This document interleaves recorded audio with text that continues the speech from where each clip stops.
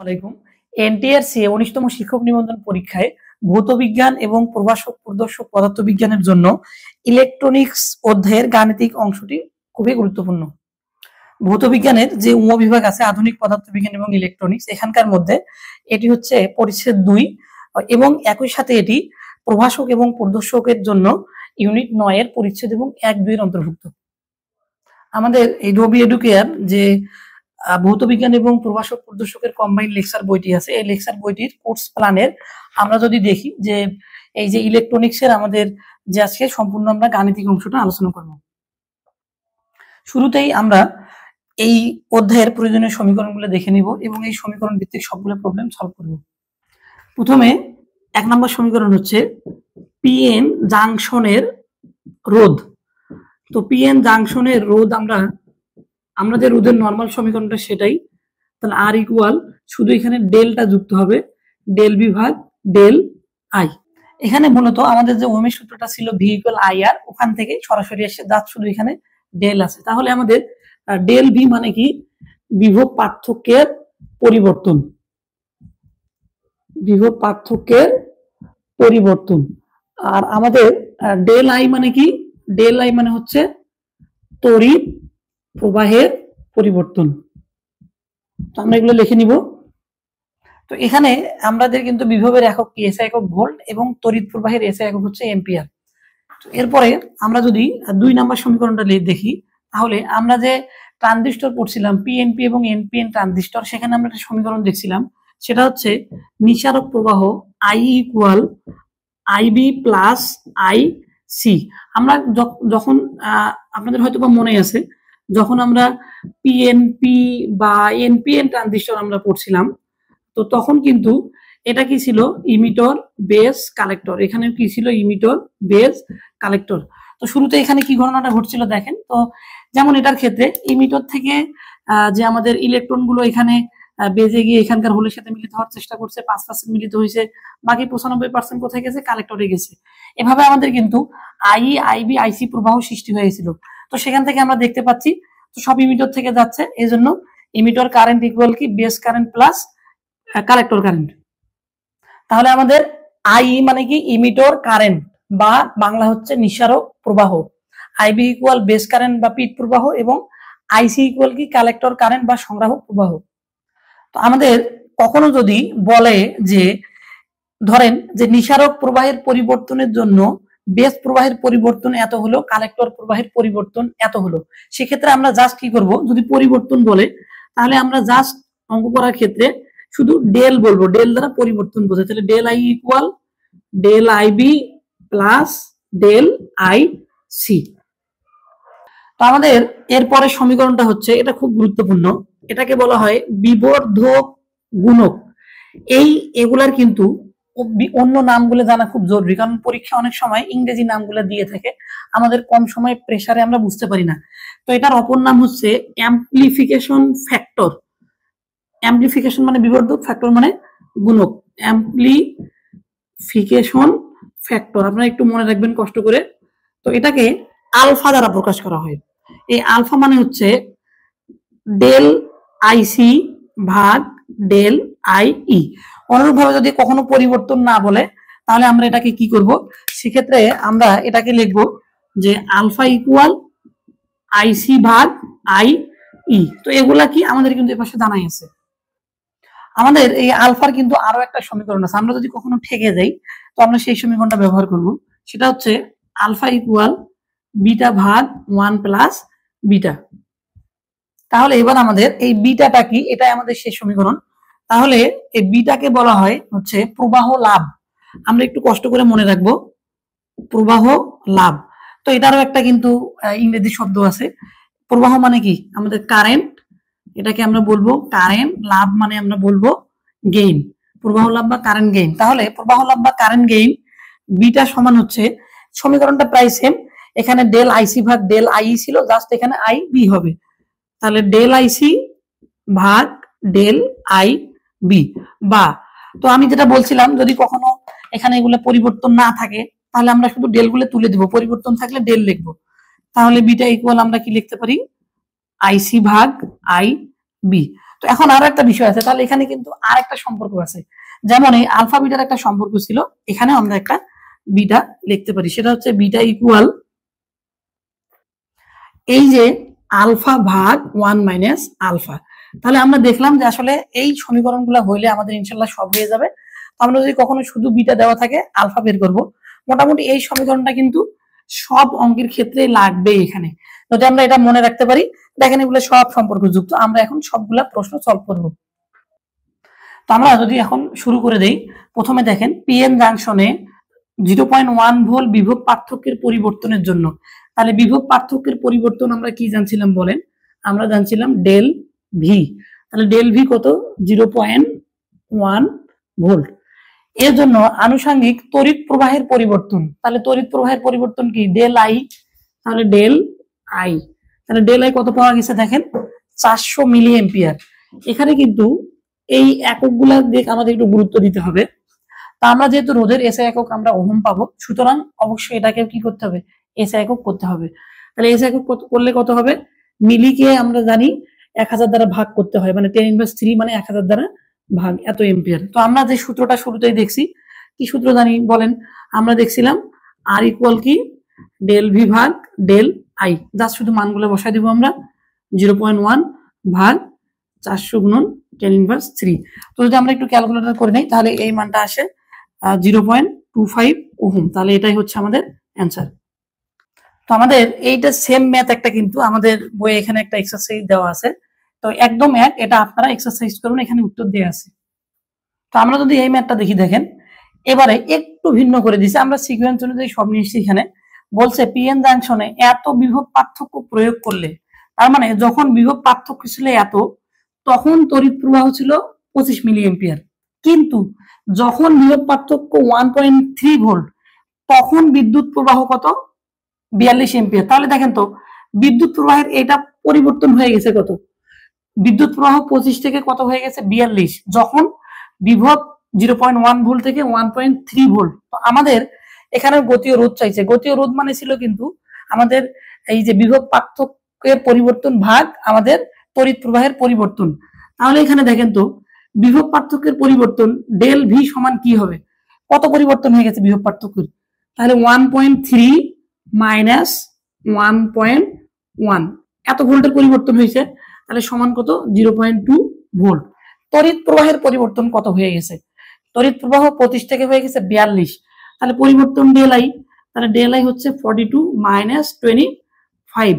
তো এটা হয় আমাদের হচ্ছে, এবার দেখেন এখানে একক কি দেয়া আছে, একক কিন্তু মিলি এম্পিয়ার দেয়া আছে, তো আমি মিলি এম্পিয়ার লিখলাম, তো এটা বিয়োগ করলে হয় 17। এখন মিলি এম্পিয়ারকে আমরা কি করবো, এম্পিয়ার করব, 1000 দ্বারা ভাগ করব, মানে 10⁻³ এত এম্পিয়ার। তাহলে এখন আমাদের গতীয় রোধের সূত্র কি, আপনারা নিজেরাই পারবেন, বলেন, আপনারা কমেন্ট করে জানান। তাহলে আর ইকুয়াল কি, ডেল ভি ভাগ ডেল আই, জাস্ট আমরা মানগুলো বসাবো, তাহলে উপরে হচ্ছে 0.2 ভাগ নিচে হচ্ছে 17 গুণন 10⁻³। তাহলে এটা কি আমাদের ওহম আসবে। তাহলে যদি আমরা একটু ক্যালকুলেটর চাপি, তাহলে এটা হয় 11.76 ওহম। তাহলে এটা হচ্ছে আমাদের অ্যান্সার। তো এবারে আমরা তাহলে আমাদের এই রোধের অংশ কিন্তু শেষ, এগুলোর বাড়তি কোশ্চেন হবে না, এই দুই এভাবেই হয়। এবার আমরা দেখব ট্রানজিস্টরের ক্ষেত্রে যে আমরা একটা সমীকরণ দেখছিলাম, I equal IB plus IC, এখান থেকে অনেক প্রশ্ন আছে। তো শুরুতে যদি আমরা একটু দেখি, ট্রানজিস্টরের সাধারণ পিট সংযোগ মানে কমন বেজ, এটা আমাদের আলোচনা হয়ে গেছে, এখানে লাগবে না। নিসারক প্রবাহ, নিসারক মানে কি বলেন তো, ইমিটর না, নিসারক মানে হচ্ছে এমিটর প্রবাহ, এবং সংগ্রাহক মানে কি আমাদের কালেক্টর, যেটা কারেন্ট, হ্যাঁ কালেক্টর। তাহলে প্রবাহ যথাক্রমে পাওয়া গেছে এত এবং এত, তাহলে এমিটর কারেন্ট কি আমাদের বলেন তো, আমাদের আই ই। তাহলে এমিটর কারেন্ট বা নিসারক প্রবাহ আই ইকুয়াল কত দেওয়া আছে, 1 মিলি এম্পিয়ার, এবং কালেক্টর প্রবাহ বা আমাদের সংগ্রাহক প্রবাহ কত দেওয়া আছে, এটা হচ্ছে আমাদের তাহলে আইসি, তাহলে আইসি হচ্ছে 0.95 মিলি এম্পিয়ার। বলছে পিট প্রবাহ কত, পিট মানে বেজ, তার মানে আইবি ইকুয়াল টু হট। এবার দেখেন আমি কিন্তু একটা কাজ করছি, এবার কিন্তু এসআই এককে কনভার্ট করি নাই, কেন করি নাই দেখেন, আমি যদি একটু বলি, আমরা যে সমীকরণটা জানি সেটা হচ্ছে I equal IB plus I C. দেখেন এই সমীকরণগুলো সবগুলারে কিন্তু একই জাতীয় রাশি, ধরেন আপনি সবগুলা যে একক নিবেন, ধরেন অজানা রাশি দুইটা যে একক মানে জানা রাশি দুইটা যে একক নেবেন, অজানা রাশিটাও কিন্তু সেই এককে আসবে। তাহলে আমরা এখন আমরা কনভার্ট করব না, আগে আইবিটা বের করে নেই, বের করে শেষে গিয়ে কনভার্ট করব। তাহলে যদি আমরা আড়াআড়ি করি দেখেন তো কি হবে, তাহলে তাহলে আইবি ইকুয়াল, তো এটা আইসিতে পাশে বিয়োগ হয়ে যাবে, তাহলে আই মাইনাস আইসি।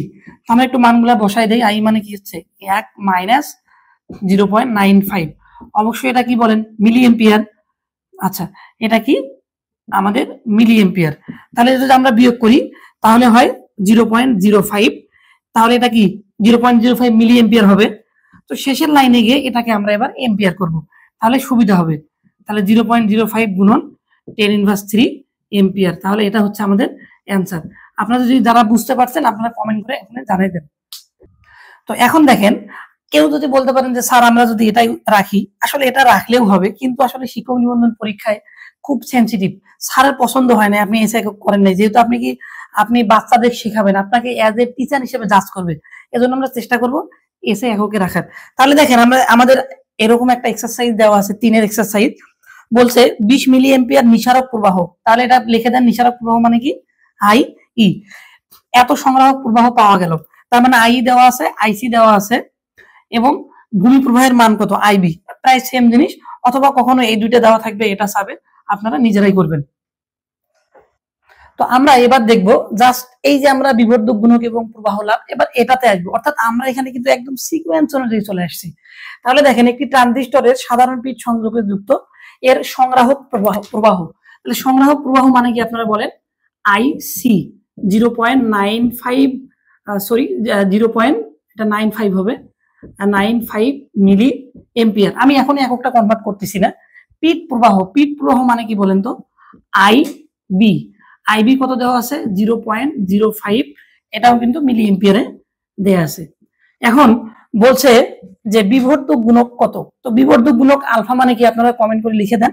তো আমরা বলছিলাম আলফা মানে কি, যেহেতু এগুলোতে পরিবর্তন বলে নাই, আমরা সরাসরি লিখবো আইসি ভাগ আই ই। এখন আমার কথা হচ্ছে দেখেন, এবার কিন্তু আই দেওয়া নাই, কিন্তু আইসি আইবি দেওয়া আছে, আমরা এটা দিয়ে অনায়াসে একটা আই ই বের করতে পারি। কিভাবে বলেন কমেন্টে লিখে দেন, সেটা কি? তাহলে এই যে আই ইকুয়াল কি আইবি প্লাস আই সি, তাহলে এই দুটো আমরা যোগ করে দেই, তাহলে আইবির মান হচ্ছে 0.05 প্লাস 0.95, এটা কি অবশ্যই মিলি এম্পিয়ার, এখন আমি কনভার্ট করতেছি না, তাহলে এটা হয় 1 মিলি এম্পিয়ার। এখন একটা বিষয় আছে দেখেন, আলফার একক কি, আলফাটা কি দেখেন তো একই জাতীয় রাশির ভাগফল না, প্রবাহ ভাগ প্রবাহ, তার মানে এই দুইটাই যদি আমরা সেম এককে রাখি তাহলে আমাদের আর কোনো সমস্যাই নেই, কারণ আলফার কোনো একক থাকবে না, তো আমাদের আর কোনো প্রয়োজন নেই। তাহলে আইসি মানে আমরা কত জানি মিলি এম্পিয়ারে রাখবো 0.95 ডিভাইডেড বাই আই মানে কি জানলাম আমরা 1, তো ভাগ করলে কি, এক দ্বারা ভাগ করলে কি হয় বলেন, একই হয়, মানে ওইটাই হয়, তাহলে আলফা ইকুয়াল 0.95, তাহলে এটা আমাদের অ্যান্সার। তো এখন দেখেন আপনাদের জন্য এক্সারসাইজ আবারও, আসলে আমরা যেটা করছি সিকোয়েন্স অনুযায়ী সাজাইছি এবং এক্সারসাইজ দিছি যাতে একদম পুরো ক্লিয়ার কনসেপ্ট হয়। তো এখানে আই দেওয়া আছে, এবার আইবি দেওয়া আছে, এর আগে আই সি এবং আইবি দেওয়া ছিল, আই পিট প্রবাহ আইবি দেওয়া আছে, বিবর্ধক গুণক আলফা কত, তাহলে আপনারা যে কনভার্ট করে এই দুইটা নিয়ে একবার কি করবেন, এটা আপনারা নিজেরাই করবেন, আমি বলবো না। আচ্ছা, উত্তর দেয়া আছে। এরপরে আমরা যদি 5 নাম্বারটা দেখি, তাহলে দেখেন, তো এবার দেখেন বলছে কোন ট্রানজিস্টরে 8.0 মিলি এম্পিয়ার নিসারক প্রবাহের পরিবর্তনের জন্য, ওই যে আমি আপনাকে যেটা বলছিলাম, মানে স্যার অধিক সতর্ক, আপনি যেহেতু এজ এ টিচার হিসেবে আপনাকে জাজ করবে, যেহেতু পরিবর্তনের জন্য বলছে, এত নিসারক প্রবাহের পরিবর্তনের জন্য এত কিন্তু সংগ্রাহক প্রবাহের পরিবর্তন ঘটলো, তার মানে এটাকে আমরা এবার আই লিখবো না, আমরা কি লিখবো বলেন আপনারা, তাহলে এটাকে বলবো আমরা ডেল আইই ইমিটর কারেন্ট সমান কত 8.0 মিলি এম্পিয়ার, এটাকে বলবো আমরা ডেল আইসি 7.0 মিলি এম্পিয়ার। এখন আমি কনভার্ট করতেছি না, সংগ্রাহক প্রবাহের পরিবর্তনের কারণে পিট প্রবাহের পরিবর্তন পাওয়া গেল, সবই দেওয়া আছে, তাহলে আই ডেল আইবি মানে বেস কারেন্টের পরিবর্তন, তাহলে 0.1 মিলি এম্পিয়ার। এবার কিন্তু দেখেন আমরা সিকোয়েন্স অনুযায়ী আলফার পরে এবার প্রবাহ লাভ আমরা বিটাও চাইছি, কোনো সমস্যা না, যেহেতু তিনটাই দেওয়াই আছে, যদি দুইটা দেওয়া থাকতো একটা তাও বের করে নেওয়া লাগতো, আপনার বের করার ঝামেলা নাই। তাহলে আলফা ইকুয়াল আমরা ডেল লিখবো এবার, তাহলে ডেল আইসি ভাগ ডেল আই, জাস্ট শুধু মানগুলো বসাই দেবো, 7.0 ডিভাইডেড বাই 8.0, এরপরে আমাদের বিটা ইকুয়াল কি হবে বলেন, del IC divided by del I B, just মান বসাবো 7.0 ডিভাইডেড বাই 0.1। আমরা যদি একটু ক্যালকুলেশনটা করে নিই তাহলে দেখবো, তাহলে আমরা পাবো এটা পাবো এত, তাহলে আমাদের এটা অ্যান্সার, এবং বিটা পাবো কত 70। আপনি যদি বলেন বিটার একক কি, এটা হচ্ছে একে জাতীয় রাশির ভাগফল, তার মানে এটার কোনো একক নেই। এবার যদি আমরা পরের ম্যাথটা দেখি, এখানে বলছে ট্রানজিস্টরের জন্য এবার আলফার মান দেওয়া আছে, এর আগে কিন্তু আলফার মান দেওয়া ছিল না, এবং আই দেওয়া আছে, বাকি দুইটা আছে। যেহেতু সমীকরণগুলো রিলেটেড, আমি একটু ফার্স্ট যাচ্ছি এই মুহূর্তে। আলফা সমান কি, তাহলে আইসি আইসি ভাগ আই ই, তাহলে আমাদের এখানে আলফার মান কত দেওয়া আছে 0.95 ইকুয়াল আইসি, আইসি আমরা বের করে নিব আগে, তাহলে আইসি ইকুয়াল আমাদের থেকে যাবে, তাহলে আমাদের আই মানে কত 0.95। তাহলে বা যদি আমরা আর করি তাহলে দেখেন কি হচ্ছে, আচ্ছা সরি, আই এর মান কিন্তু 1 মিলি এম্পিয়ার ছিল, আমি ভুল করে ফেলছি, তাহলে 1, তাহলে দেখেন আমি মিলি এম্পিয়ারে রাখলাম, তার মানে তাহলে আইসিটাও আমি ওইটাই পাবো। তাহলে আইসি যদি আমরা আর করি 0.95 গুণন কি 1 দিয়ে গুণ করলে ওইটাই হবে 0.95 মিলি এম্পিয়ার। তাহলে এটা আমাদের একটা আইসি চাইছিল, শেষে আমরা কনভার্ট করে দিব গুণন 10⁻³ এম্পিয়ার, এটা হচ্ছে আমাদের একটা অ্যান্সার। আইবি চাইছে, তো আইবি তো সহজ, কারণ এখন আমাদের কি আছে, আইসি জানা আছে, আবার কি আছে দেখেন তো, আমাদের আই কিন্তু জানা আছে, তাহলে আবার আই সমান কি আইবি প্লাস আইসি, ওই যে প্রথম যে সমীকরণটা, বা এখান থেকে আইবি বের করে নিব আমরা, আর করলে তাহলে আই মাইনাস আইসি, তাহলে আই মানে কত ছিল বলেন, আই মানে কি ছিল 1, তাহলে 1 মাইনাস এটা কত ছিল 0.95, আপাতত আমি মিলি এম্পিয়ারে বসাচ্ছি, তাহলে এটা কত হবে, তাহলে হবে 0. আমি যদি ক্যালকুলেটর চাপি 0.5, এটা মিলি এম্পিয়ার, আমি একবারে লিখে দিলাম গুণন 10⁻³ এত কি এম্পিয়ার, এটা হচ্ছে আমাদের অ্যান্সার। আশা করি আপনারা বুঝতে পারছেন। তাহলে আপনাদের জন্য আবারও একটা প্র্যাকটিস নিয়ে এসেছি, তো এটা আপনারা নিজেরাই করবেন। এখানে কিন্তু দেখেন মাইক্রো এম্পিয়ার দেওয়া আছে, তাহলে এগুলো আমি একটু বলে নেই। তাহলে 1 মাইক্রো এম্পিয়ার মানে কি বলেন তো, 1 গুণন মাইক্রো মানে কি হবে 10⁻6 এম্পিয়ার। যদি ন্যানো মানে কি, আমি এগুলো একটু লিখে দেই, ন্যানো মানে কি, ন্যানো মানে হচ্ছে 1 গুণন 10⁻9 কত 9, অ্যাংস্ট্রম মানে কি 10⁻10, আর মিলি মানে কি 10⁻6। আবার যদি পিকো থাকে, আমি এটা একটু লিখে দেই, অনেক সময় থাকতে পারে, পিকো মানে কি 10⁻12, আর যদি ফেমটো থাকে, হ্যাঁ ফেমটো এফএম যদি থাকে, তাহলে 1 গুণন কত 10⁻ কত 15, জাস্ট এগুলো আমাদের মনে রাখলেই হবে। এবারে একটা মজার ম্যাথ, অনেক ছোট, বিটা ইকুয়াল তো আলফা ইকুয়াল কত, তাহলে আলফা ইকুয়াল আমরা জানি কি বলেন তো, বিটা ভাগ 1 প্লাস বিটা, জাস্ট বসাবো, বিটা মানে কি 79, তাহলে 1 প্লাস 79, তার মানে কত 79 ডিভাইড বাই কি 80। তাহলে যদি আমরা একটা ক্যালকুলেশন করি, তাহলে আমাদের মানটা কিন্তু আসে এটা, তাহলে এটাই আমাদের অ্যান্সার। এবার কিন্তু আমি একটা গুরুত্বপূর্ণ কথা বলবো, এই যে আলফা বিটা বারবার আসতেছে, আপনি কিভাবে বুঝবেন যে আপনার অঙ্কটা হয়েছে কিনা, দেখেন তো বিটা মানে কি, আলফা মানে কি বিটা ভাগ 1 প্লাস বিটা, তার মানে বিটার মান যদি 10 হয়, তাহলে 10 আর একে কত 11, তার মানে ছোট সংখ্যা ভাগ বড় সংখ্যা। আবার বোঝেন, বিটার মান যদি 20 হয়, তাহলে উপরে 20 নিচে কত হবে 21, তাহলে ছোট সংখ্যাকে যদি আমরা বড় সংখ্যা দিয়ে ভাগ করি, সবসময় আমরা লেস দেন 1 বা দশমিক সংখ্যা পাবো। কিন্তু বিটার ক্ষেত্রে সবসময় পূর্ণ সংখ্যা আসবে, কারণ দেখেন ধরেন আলফার মান 30, তাহলে উপরে 30, তাহলে আমাদের এখানে কিন্তু, তাহলে দেখেন এই যে 1 বিয়োগ আলফার মান আমরা সবসময় জানি কি 1 এর থেকে ছোট, তার মানে 0 কিছু একটা হবে, তার মানে অবশ্যই নিচের সংখ্যাটা কি ছোট থাকবে। তাহলে বড় সংখ্যা ভাগ যদি আমরা ছোট সংখ্যা করি, সবসময় কি পাবো আমরা পূর্ণ সংখ্যা পাবো। তো এবারে আমরা একটা ম্যাথ দেখবো, এটা কিন্তু ভর্তি পরীক্ষার একটা ম্যাথ, রুয়েটে সম্ভবত, আমার এই মুহূর্তে খেয়াল নাই। ট্রানজিস্টরের কমন বেস সার্কিটে এমিটর কারেন্ট 100 মাইক্রো এম্পিয়ার থেকে 150 মাইক্রো এম্পিয়ারে উন্নীত হলো, তার মানে আমাদের এখানে কিন্তু পরিবর্তন দরকার। তাহলে আমাদের এমিটর কারেন্টের পরিবর্তন কি বলেন তো, ডেল আই ই, তাহলে কত 150 মাইনাস 100 সমান কত 50, এটা কি মাইক্রো এম্পিয়ার। এখন বলছে কালেক্টর কারেন্ট এত থেকে এত হলো, তার মানে আমাদের কালেক্টর কারেন্টের পরিবর্তন, তাহলে আমাদের দরকার পরিবর্তন, তার মানে এখানে আমাদের ডেল আইসি, তাহলে ডেল আইসি সমান কত, তাহলে 147 বিয়োগ কত 98, তাহলে এটা আমরা পাই আমরা 49, তাহলে এত মাইক্রো এম্পিয়ার। বলছে কারেন্ট অ্যাম্পলিফিকেশন ফ্যাক্টর, তার মানে কি চাইছে, অ্যাম্পলিফিকেশন মানে কি বিবর্ধক গুণক, মানে আলফা চাইছে। বা আলফা সমান আমরা কি জানি, যেহেতু এবার পরিবর্তন বলছে আমরা বলবো যে ডেল আইসি ভাগ কি ডেল আই ই।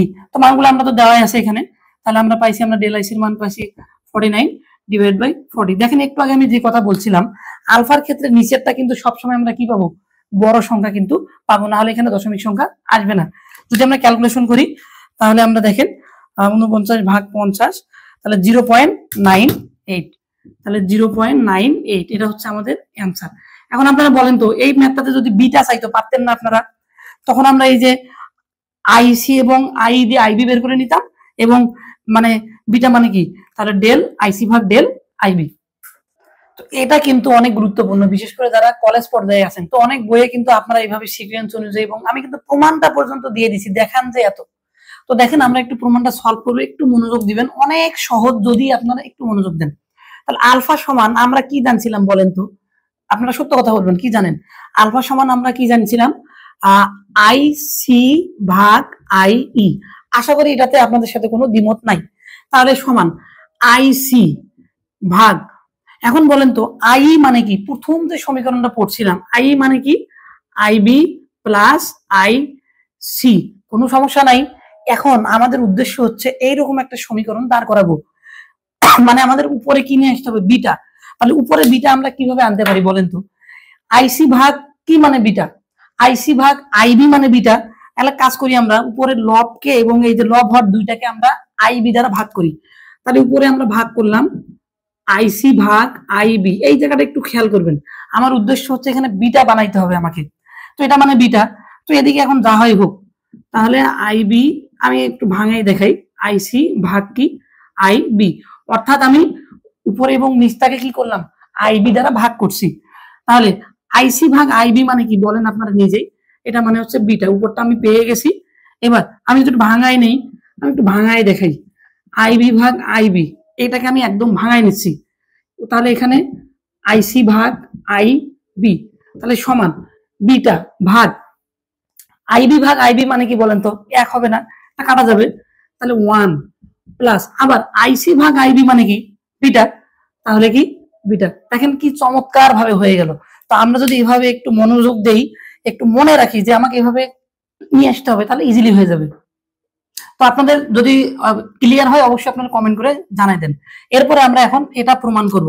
তো আমরা বিটা মানে কিন্তু আমরা জানছিলাম শুরুতে, কি মানে জানছিলাম, এই যে এটা, তাহলে আইসি ভাগ কি আই বি। এখন কথা হচ্ছে আমরা যদি I equal IB plus IC হয়, তাহলে আইবি মানে কি বলেন তো, আই মাইনাস আইসি, জাস্ট আমরা ওই যে প্রথম সমীকরণটা, আর উপরে কি আছে আই সি। এখন আমাদের উদ্দেশ্য কি বলেন, আমাদের উদ্দেশ্য হচ্ছে উপরে বানাইতে হবে আলফা, তাহলে আলফা মানে কি আইসি ভাগ আই ই, তাহলে উপরটাকে আই দ্বারা ভাগ করে দেই, নিচেও দেই, নিচে যা হয় হোক, আমরা আগে একটা মিলাই। তাহলে উপরে আমি লিখলাম আইসি ভাগ আই ই ভাগ, এবার এটাকে আমি ভাগ করব কি, তাহলে I minus IC divided by কি আই ই। এখন আইসি ভাগ আই মানে কি আলফা, এবং এটা যদি আমরা একটু ভাঙাই দেই, আমি একটু ভাঙাই দেখাই, তাহলে এক লাইনে লিখলে ভালো হতো। তাহলে আই ভাগ আই মাইনাস আইসি ভাগ আই ই, তাহলে দেখেন আই ভাগ আই মানে কি এক, মাইনাস আইসি ভাগ আই মানে কি আলফা, আলফা।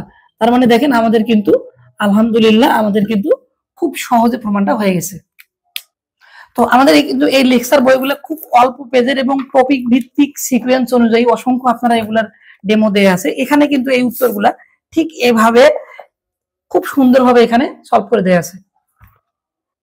আচ্ছা এবারে দেখেন একটা এইচডব্লিউ আছে, এটা সবার শেষে, এটা কিন্তু অনেক গুরুত্বপূর্ণ ম্যাথ, এবং এটা মূলত ইন্টারমিডিয়েটের সিকিউ টাইপের একটা ম্যাথ, আমি সেখান থেকে এটা কালেক্ট করছি। এটা ম্যাথ কিন্তু দেওয়ার খুব সম্ভাবনা আছে, এবং কোনো বইয়ে আপনারা এটা পাবেন না। একটি এনপিএন ট্রানজিস্টরের সংগ্রাহক প্রবাহ হলো এত, তাহলে সংগ্রাহক প্রবাহ মানে কি দেওয়া আছে বলেন তো, আই সি এত মিলি এম্পিয়ার। ভালো করে বুঝবেন, যদি নিঃসৃত ইলেকট্রনের 90% সংগ্রাহকে পৌঁছায়, তো আমরা যখন ট্রানজিস্টর একটা পড়ছিলাম এন পি এন। এখানে কি কি ছিল বলেন তো? এখানে ছিল ইমিটর, বেজ, কালেক্টর। আমরা দেখছিলাম যে প্রথমে ইলেকট্রনটা কি করে, যে মানে ইলেকট্রন গুলো ইমিটর থেকে বেজে যায়, বেজে কিছু মানে হোলের সাথে মিলিত হয়, বাকি বেশিরভাগ কোথায় যায়? আমাদের কালেক্টরে যায়। তো এটা বলছে যে নিঃসৃত ইলেকট্রনের 90% সংগ্রাহকে পৌঁছায়। মানে কোথা থেকে? তার মানে ইমিটর থেকে নিঃসৃত ইলেকট্রনের 90% কোথায় যায়? এখানে আমাদের আমাদের কালেক্টরে যায়।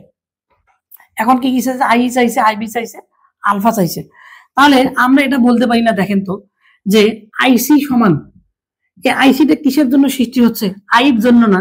এটা লিখতে পারি কিনা বলেন তো, যে আই এর 90%, যেহেতু বলছে নিঃসৃত ইলেকট্রনের, অর্থাৎ এই যে এখানকার কত পার্সেন্ট গেছে? এখানে 90%, তার মানে আইসি সমান আই এর 90%। এটা হলে আমাদের কাজ শেষ।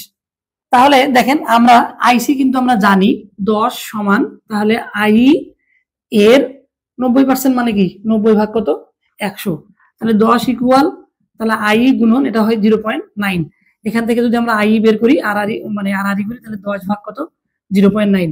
তাহলে আমরা এই মানটা পাবো, এই যে 11.1। তাহলে এখানে কি দেওয়া আছে? Milli ampere. তাহলে যদি আমরা আই জানি, আইবি বের করতে পারবো না। তাহলে আইবি সমান আমরা কি জানি? ওই যে আই প্লাস ওই সমীকরণটা থেকে, তাহলে আই মাইনাস কি? আইসি। তাহলে আই এর মান কত? 11.1 মাইনাস আইসির মান কত? দেওয়াই আছে 10। তাহলে হলো কি 1.1 আমাদের মিলি এম্পিয়ার। আমাদের সবগুলো হয়ে গেছে, কিন্তু জাস্ট এখন আমরা দেখেন আমাদের কিন্তু নিঃসারক প্রবাহ তো আমাদের শুরুতেই বের হয়ে গেছে, এটা একটা অ্যান্সার। তাহলে এরপরে আমাদের ভূমি প্রবাহ, এটা একটা অ্যান্সার। এখন আমাদের কি চাইছে? বিবর্ধ গুণক আলফা। আলফা সমান আমরা কি জানি? আমরা তো জানি কি? আইসি ভাগ আই ই। যদি বিটা চাইতে পারতেন না, আইসি ভাগ আইবি, আমরা কিন্তু আইবিও বের করে নিয়েছি। তাহলে আমরা যদি মানগুলো বসে, আইসির মান 10, এটার মান 11.1, তাহলে হয় 0.9। এটাই হচ্ছে আমাদের অ্যান্সার। তো আজকে এই পর্যন্তই। আপনারা একটু কমেন্টে জানাবেন ক্লাসটি কেমন ছিল।